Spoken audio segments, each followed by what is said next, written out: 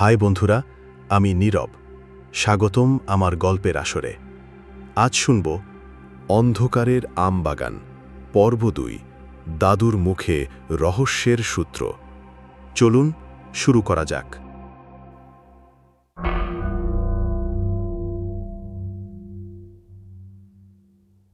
Police অফিসারের অস্বস্তিকর চোখের দৃষ্টি আর অবিশ্বাসের ভঙ্গি পিছনে ফেলে সারানো বাইকে চেপে রনি ও নিলয় রনির দাদুর গ্রাম বাঘের টিকরের দিকে এগোচ্ছিল। পথের দুপাশে সোনালি ধানের ক্ষেত, দূরে নীলাভু টিলার সারি, সবই যেন স্বাভাবিক, প্রাণবন্ত। কিন্তু তাদের হৃৎপিণ্ড তখনও ধকধক করছিল আমবাগানের গাঢ় ছায়া আর মাস্টারদার সেই নিষ্প্রভ চোখের স্মৃতিতে। প্রায় ২ ঘন্টা পর তারা নিলয়ের দাদুর বাড়িতে পৌঁছাল।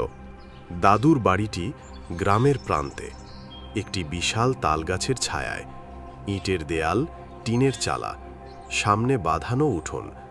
দাদু বারান্দায় বসে তামাক সাজাচ্ছিলেন।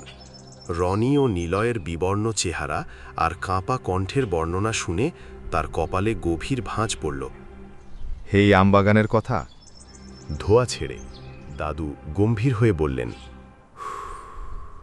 অনেক বছর আগে শুনছি, তখন জমিদারা ছিল কালীপ্রসন্ন রায়চৌধুরী, ভালা মানুষ।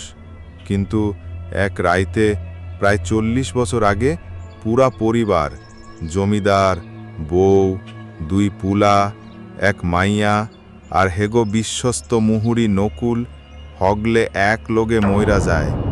কেউ কয় কলেরা, কেউ কয় বিষ দিয়া মারছে। আসল ঘটনা কেউ জানে না। নিলয় ব্যস্ত হয়ে বলল, মাস্টারদা নাম শুনেছেন? সে বলল সে রক্ষণাবেক্ষণ করে। দাদু চোখ কুঁচকে ভাবলেন, মাস্টারদা?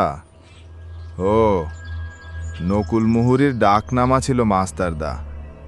সেই জমিদারের সব কাগজপত্র, হিসাব নিকাশ দেখত।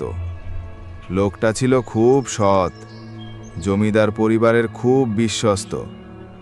মাইনসে কয় যে এই রাতেই জমিদার বাবুরা মারা যান, মাস্টারদারও সেখান থেকে কোনো খোঁজ পাওয়া যায় নাই, লাশও পাওয়া যায় নাই তার।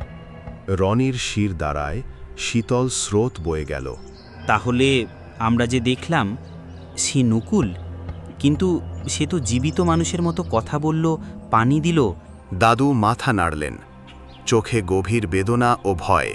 কিছু কন যায় না বাবা, গ্রামের মুরব্বীরা কইতো নকুল এত বিশ্বস্ত ছিল যে মইরা গিয়েও সে চইলা যায় নাই। সে তার সাহেবদের রক্ষা করতেই থাকব।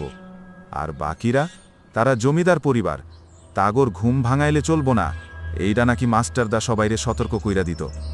এই বাড়ি, ওই বাগান, ওইখানে ঢুইকা অনেক মানুষ উদাও হইয়া গেছে। কেউ কেউ পলাইয়া আইছে তোমাগো মতো, কিন্তু তাগর কথা কেউ বিশ্বাস করত না। নিলয় ক্ষুব্ধ স্বরে বলল, পুলিশ অফিসারও বিশ্বাস করল না। করব কেন?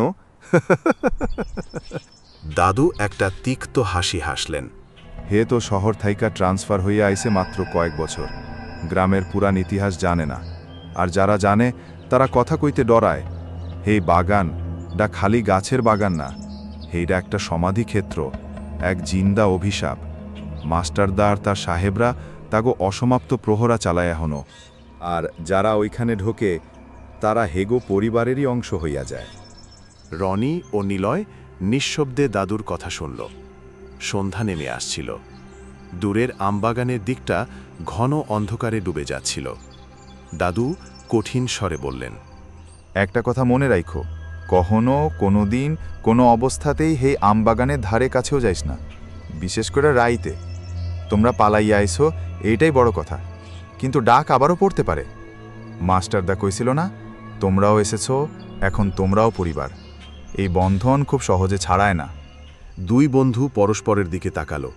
তাদের অভিযাত্রা শেষ হলেও অন্ধকারের আমবাগান আর তার রহস্যময় রক্ষক মাস্টারদার ছায়া তাদের জীবনের উপর চিরকালের জন্য গাঢ় হয়ে পড়ে রইল। প্রতিটি রাত, প্রতিটি অচেনা পথের মোড়ে সেই কর্কশ কণ্ঠের প্রতিধ্বনি যেন শোনা যাবে।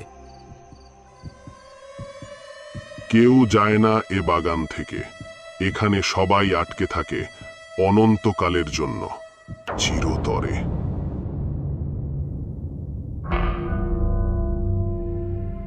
আজ এই পর্যন্তই। পরবর্তীতে আবার হাজির হব আপনাদের সামনে নতুন ভিডিও নিয়ে।